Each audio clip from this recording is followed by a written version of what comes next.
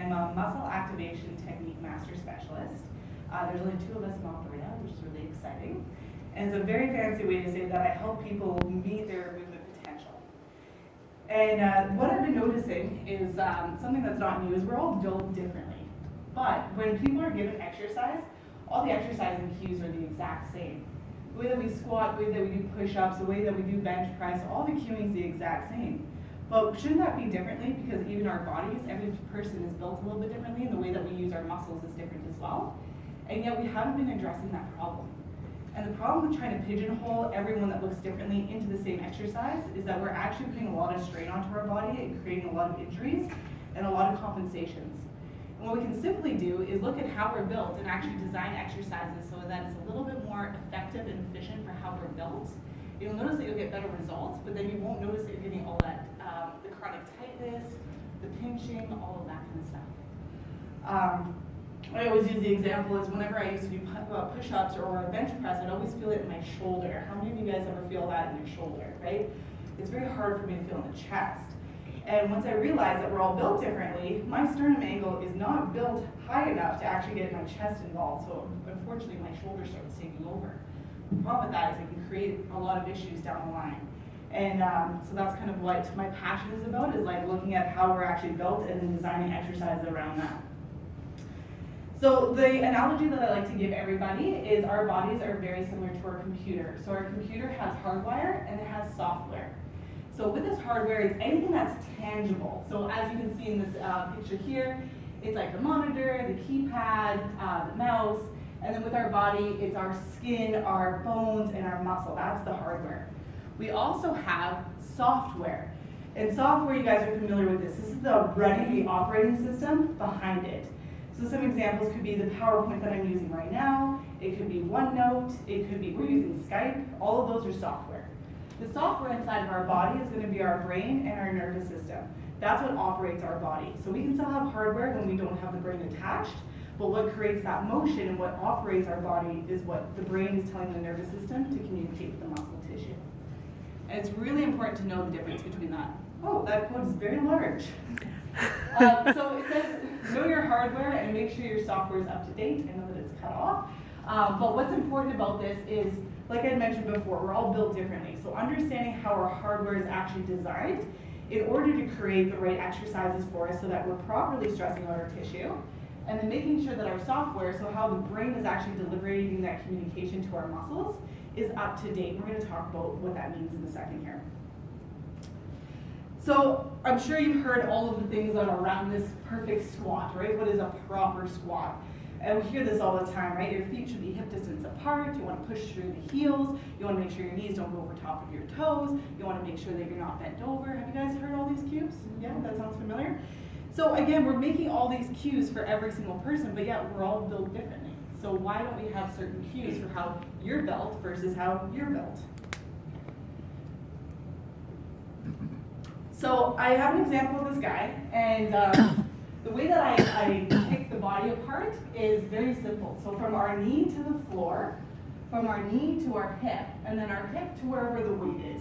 And the weight's important because we can either have it on our shoulders or we can have it across the front of our bodies. And what that's going to do is it's going to change our mechanics again. So with this individual, he has an extremely long, you can see the yellow one is a lot longer than all the other segments. He has a very extremely long hip to knee relationship. And what this means is when he squats, there's 2 things that's going to happen. Either as he squats, he's really going to bend over, meaning that he's going to put all the stress into his low back, which is not ideal, right? That's going to cause a lot of back problems. Or as he starts going over, he's going to want to topple over backwards. It's not going to feel very comfortable for him to squat. And I have 2 examples here. So this guy here, he has a very long torso, but from his hip to knee, knee to floor is very even. So it's very easy for him to fold up. He's going to look like that proper squat guy, and all those cues are going to work really well for him. That's going to be extremely easy for him. And for him to sit here, that's going to be very comfortable.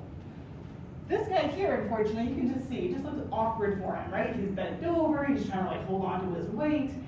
And as I mentioned before, what happens here, now we load this guy with weight, all of that stress is going to be in his low back. Now we're just waiting for a low back injury to happen. So, how do we fix this, right? Do we get surgery to make his proportions more even? That's not realistic, right? Now my question whenever I'm trying to change exercises for people is, what is the goal? So if this individual is like, you know what, I just want more muscle, I want to have stronger glutes, all of that, by changing something very simple, by putting something underneath his heel here, we can actually change his proportion, so now he's upright, and we're actually loading the correct muscles, if that makes sense. So now as he squats, because he is upright, he can actually put all of the stress into his glutes instead of his low back, simply by just putting an insert underneath his heels. That's as simple as it has to be. And again, depending on people's proportions, we would want to change it. Another thing that we could do with this individual too is go more into a sumo squat. So by lengthening the knees out this way, it's actually going to change the proportions again so that they can be a little bit more upright. And just to get this on the floor, I will ask an individual to be a volunteer to come on up, and we can do like a live example. You already volunteered, so I'm going to throw you up here. Mark wanted to do it. Mark? Nope. Yeah. You want to come up? You kind of volunteered I earlier. don't want So you can just stand right there, that's perfect. So what I'm looking here is just the proportions, right? So I'm going to stand on this side here. Yeah, oh, that's perfect, awesome. So I'm going to look at the shoulder to the hip. So here's the relationship here. Now I'm just going to move my hands down, and you can see that his torso is shorter than this segment. Everybody see that? Yeah? And then I'm going to just bring it down towards the floor. So his knee to hip relationship is going to be very similar to the guy that's in the picture. This is the longest segment, okay? So go ahead and squat for us. Good, stop there. So you're seeing how he's already compensating. He's wanting to lean forward, and if you were to push back into the butt, you're going to feel like you're going to fall over, right? Yeah. Can you widen your stance for me? Even wider. Perfect. Turn out the feet a little bit. Go ahead and squat now. Good. Out of those two, which one felt more comfortable for you? The second one. The second one. Yeah, exactly, because we're changing those proportions. And if we had something to slip underneath his heels, he'd actually feel even more comfortable with that. Now, I don't know your history, but I kind of heard that there are some stuff that's tight or not working well with you. Lots of things. Yeah, and because of the way that he's proportioned, trying to pigeonhole him into those exercises is going to put the stress in the wrong places into his body. But by understanding how you're moving and how you're working, we can make those simple adjustments so that you can actually feel it in the correct muscles. Yeah, so that was awesome. That worked really well. Yeah, super simple, right? So the little tidbit that I give everybody, because I won't have enough time to go through everyone here, is if you lay on your back at the gym, and then all you do is you bring your knees up into your chest like the squat position, whatever you naturally do, try doing this standing up. So naturally for me, my toes like to turn out, and I like to bring my knees out a little bit wider. So instead of me having the traditional stance of right underneath my hips, if I just take even just a ½ inch out, turn my toes outwards and go down, this feels way more comfortable for me. And you guys can probably see the difference. I'm not bent over, it was just very natural for me to pop down into a squat. So that's kind of a little takeaway that you guys can do at the gym. Yeah, pretty easy. All right.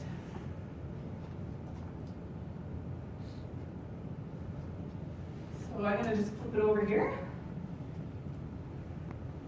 Okay, so as I had mentioned before, we have our hardware, so how our bones are structured, and then we also have our software, so how the brain is able to communicate to the muscle tissue. That's the second part of the equation, and it's extremely important. So the brain is very interesting. The brain is there to protect you, right? So if the brain feels like it needs to compensate or it needs to shut down range, it's doing that because it doesn't feel like it can safely bring you in there. So if I had someone who had a frozen shoulder, and we put them under anesthesia, so they were under anesthetic, they could actually move their arm in full range of motion. It's only when their brain is present that it says, I don't like how that's moving, and it shuts down the range of motion. So first, it's what is your potential? If you're not meeting your potential, what's going on with how the brain is communicating to the muscle tissue to not allow that to happen? The reason why that gets shut down is because of our past history. If we have too much stress, and stress could be emotional, could be chemical, what we're putting into our bodies, could be environmental factors, it could be an injury or overstress or overuse issue that creates these little brain smudges. And what I mean by that is that there's inflammation that stops the way that the brain can actually communicate with your muscle tissue. And then what happens is like, I don't want to go into that position, I'm going to stop you from going into that position, by making everything really tight. So that's where muscle activation techniques comes in. That's what I specialize in. And what I look for is how is the brain and the nervous system communicating to the muscle tissue to allow you to meet that potential. Actually, I put a little note here. So is the brain allowing the motion to happen, or is it safeguarding? Perfect example of this is when we walk on ice, right? We have great mobility, we're walking along, we see ice, what do? We shorten up the stride, we want to stay safe, right? And that's instant. As soon as that thread's taken away, then all of a sudden we're able to regain that range of motion again. So with muscle activation, we look at a few things, and I'll use you as an example again. So do you mind slipping off your shoes for me and just laying on my table for me? That's what I was looking for. Because I think this is I volunteered nap time. You're not doing a massage. No, it's not a massage. So you can lay on your back for me. Okay.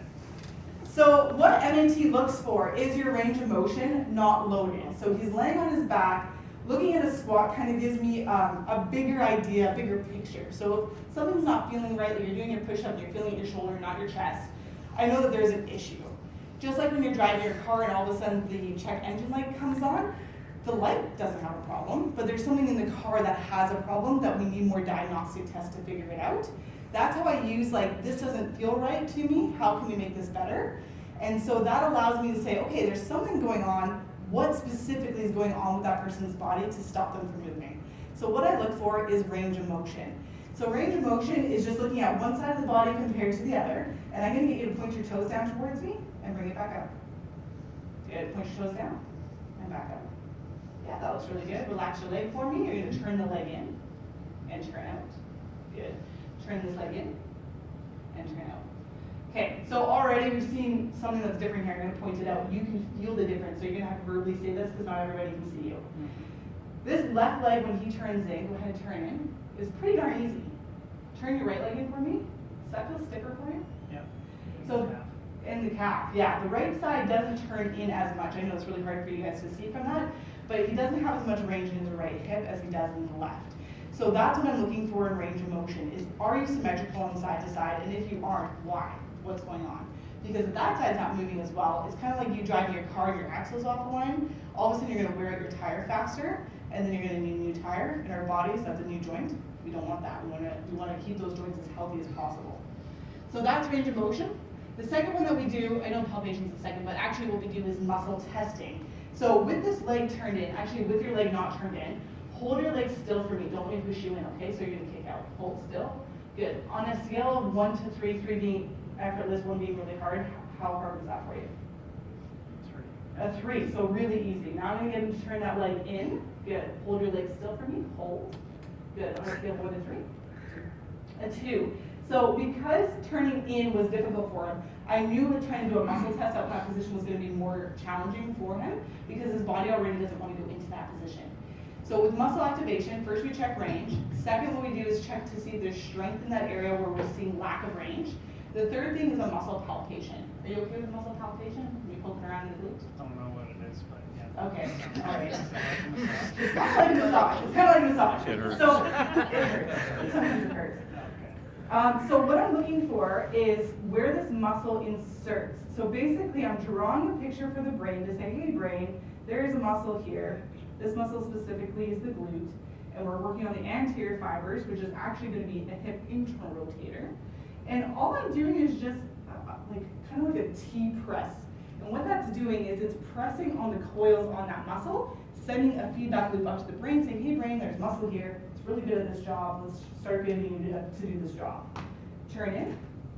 Good. Hold your legs still. You're going to kick up to the side. Hold still. Scale 1 to 3. 3. So now it becomes easier. And what this does is it allows the brain to connect with that muscle to use it. And so I know that sounds like voodoo, but what happens is it was easier. Yeah, I'm not playing him, I promise. So when we're at home and we're putting dishes away, or we're in the gym and we're lifting heavy weights, what happens is as soon as you pick it up, it changes the length in the coil of your tissue to say, hey brain, we either need more contraction or we need less contraction in order to safely put that plate away or safely pick up a 50-pound dumbbell. So that's what we're playing off here. So by doing a little rub at the muscle attachment sites, it changes the length of the coil, sending the signal up to the brain, and we're retraining it, saying, hey, there's a muscle here. Now, what MAT does is extremely temporary. That just allows a window of opportunity for the brain to realize that there's a muscle there. What makes it more permanent is then getting you to squat properly, and then the brain starts realizing, oh, this is way more efficient to use my glute muscles and my low back in order to do this squat. I like this better, let's continue doing this. And that's how you get longer lasting results. And then, yeah, we already went over the palpations. So the palpations was that little T thing that I was doing with my finger. And then with the isometrics, so we've actually changed that. When I first started MAT, we only did isometrics, where you just held the contraction, which is very beneficial, but now we're realizing that we also have to train it in motion. So like I said before, the palpation stuff is very temporary. What makes it more long-lasting is getting the brain to recognize how to contract and get those muscles working either through motion or while we're standing still. It's very important. Cool, thank you so much. You can return back to your seat. Here. Awesome, thank you so much for that. So that last little thing that I wrote in there was mobility with stability. So on the flip side, sometimes I get people not coming in because of stiffness. Like I'll have dancers and they can put their foot behind their head, but they don't feel like they've got the stability, which is also equally as important. So it's important if you're feeling stiff that we get you moving better, but if you are hypermobile and you have no stability with that, that's also a problem as well. And so what MAT does is allows you to safely move through range of motions, creating that stability, especially if people are hypermobile, because people who are hypermobile are actually more at risk to injure themselves just because they have so much freedom of range. So I'll open it up for questions for you guys. Yeah, that's the end of my speech. Question on push-ups that you were mentioning? Yes. So if you have, let's say, short torso, is there a better way to do push-ups? Yes. So it's not so much the short torso that matters, but it matters the rib cage. So I'll actually get Dave to stand on up here, and Joanne. Bruce was doing way. I know you're filming. I'll pass over the camera. All right, you're going to be a cameraman now. Oh, perfect. good. Thank you. All right, you guys are both going to stand this way. Perfect. So Joanne and Dave are built extremely different. You guys can see that, right? Joanne has a very narrow sternum, whereas my dad, or Dave, sorry, has a. Oh yeah, we're related. He has a steeper angle to his sternum. You guys see that? Yeah. Mm-hmm. So what this is going to do is when he hits his chest with either push-up or bench press, he's going to be able to play that bar to the chest rule. You guys hear that rule all the time? Yeah? So he's going to be able to play this rule and still get his pec to fire, right? And he's going to be able to push up, and he's going to be an amazing bench presser and an amazing push-upper. Joanne, on the other hand, she's not built for that. So go ahead and bring your arms up. Go backwards. Good. Stay there. Go backwards. A little bit forward right there. So you see where the elbow is in relation to his shoulder? See the relation of the elbow to the shoulder? Mm-hmm. All of the force is now going to go into her shoulder joint. All of it. This is where her range of motion should end. Yeah. And what's going to happen is you're going to be like, you guys are doing calf reps. Yeah, you should not be going all the way down. Yeah. Whereas Dave can go all the way down, and that's a completely safe position, and it's putting all the stress right here into the pecs. Is that a pretty good example? Can you guys see that? Excellent example. Now, something for Joanne, if she wanted to do a bench press, a decline bench press would actually be better for you. Because having that slight little decline, all of a sudden it's going to have her chest go from here to here. And now she'll be able to play by that rule, right? And again, my question is, what's your goal? Like if Joanne came to me and is like, hey, I want to do this powerlift event, I have to be able to do a bench press and get my bar down. I'm like, okay, well, we're not going to be able to load you up very well, but if we have to play by that game, we can. If you want to keep a healthy shoulder joint and you want to be able to get the pec to engage, then we can play by this rule, okay, we're only going to go where the pec is actually being engaged. But your question was the length of the torso. So the length of the torso doesn't matter so much in a push-up. The only thing that matters with that is it's a longer lever from your toes to your chest. That's the only thing, right? Because this is going to be so much shorter. So something with that is just building up the tolerance of being able to go up onto the toes. Yeah. All right, you guys can sit down. So are you saying the push-up is better exercise than the bench press is? No. Sorry, a push-up or bench press is the same motion is what I was talking about. But whether it's a push-up or a bench press, you have to be very mindful of how much range you're doing. So she can't do the same range on That's right. Exactly. She shouldn't be going chest to floor unless that's that's her goal. It's like, I'm doing push-up contest, and the contest rules is to go down that far. So if she's doing a push-up Yes. all the way down to the floor, she's working her Shoulder. more than her chest. Correct. Even if she pushes her hands backwards a little bit. Oh, good point. Yeah. Yes. Good point. So changing your hand position will all of a sudden change the stress. Yeah. That's an excellent point. Yeah. So with Joanne there, with her hands playing by this rule, because the rule is thumb goes by the armpit, this is a push-up, right? And that's what I was saying, was like in typical exercises, we give the same cues to every single body type, but what we should be doing is looking at the body type and then changing the exercise in order to meet the goal. So that's an excellent point, because if I change my hands, all of a sudden I'm going to change the stress points.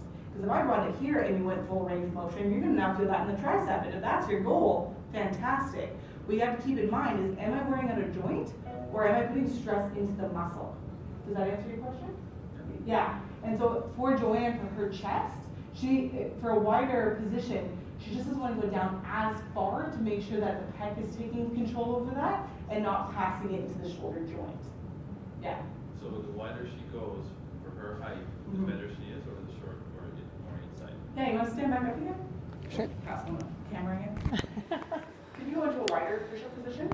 And then, the foot right here. There you go. Good.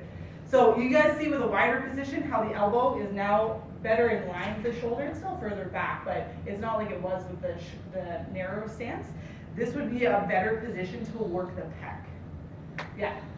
Yeah, that was awesome. Thanks for picking up on that. Yeah. So is the idea to stay away from the joints? Yes, you don't want to put stress into the joint. You want the muscle to make the motion happen. Yeah. Because otherwise we're putting stress and load into a joint, and that's not what we want to do. We want to actually strengthen the muscle around it so that the muscle can support the joint. Yeah. Yeah.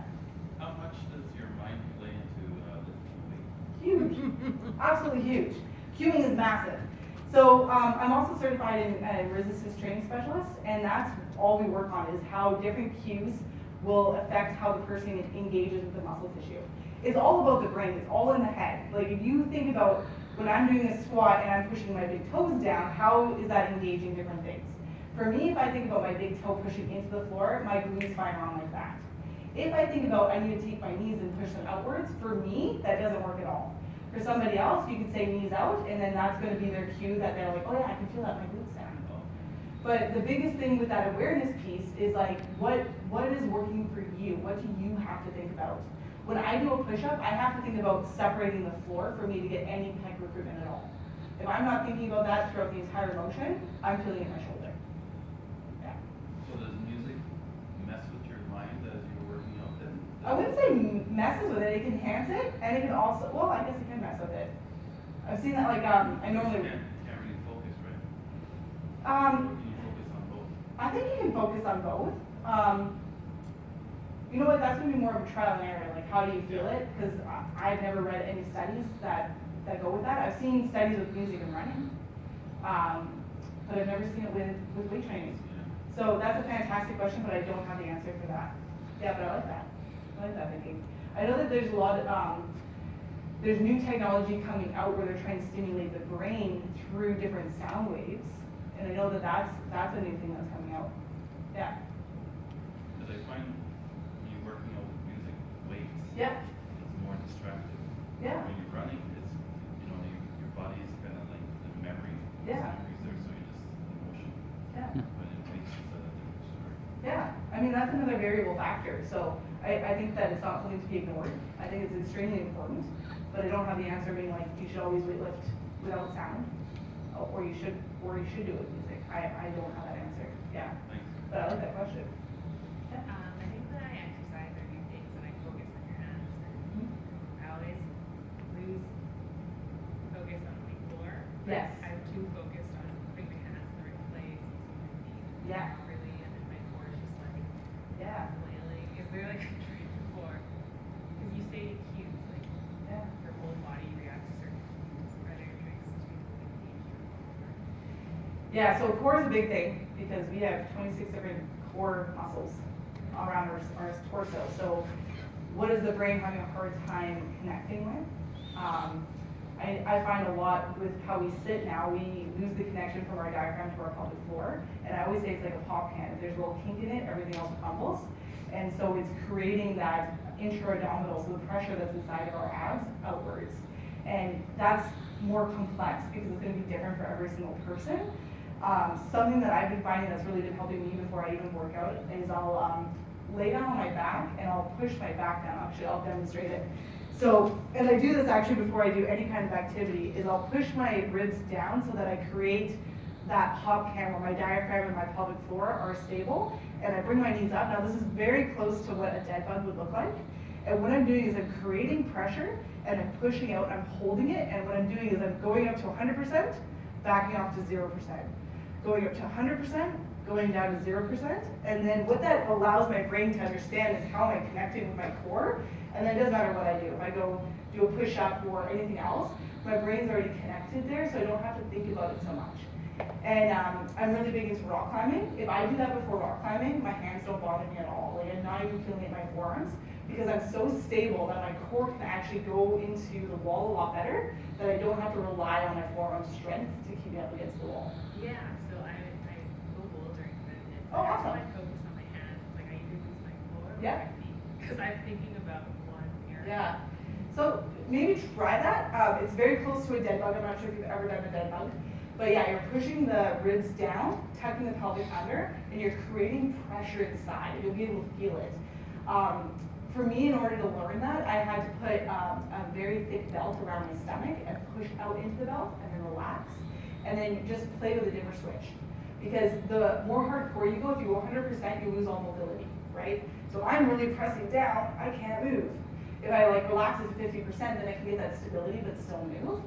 And depending on what your activity is, like running, you're going to need a lot more mobility into your trunk and spine in order to propel yourself forward. Or playing hockey, right? It's a lot more dynamic.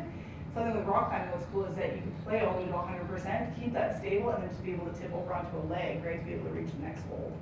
And so it's all with playing with that, so the brain has more tools in its toolbox to be able to help you out with that. So I would say with bouldering, just try that. I do maybe 2 or 3 reps like that before I go climbing, and it makes a world of a difference. So yeah, try that out. Yeah. Yeah.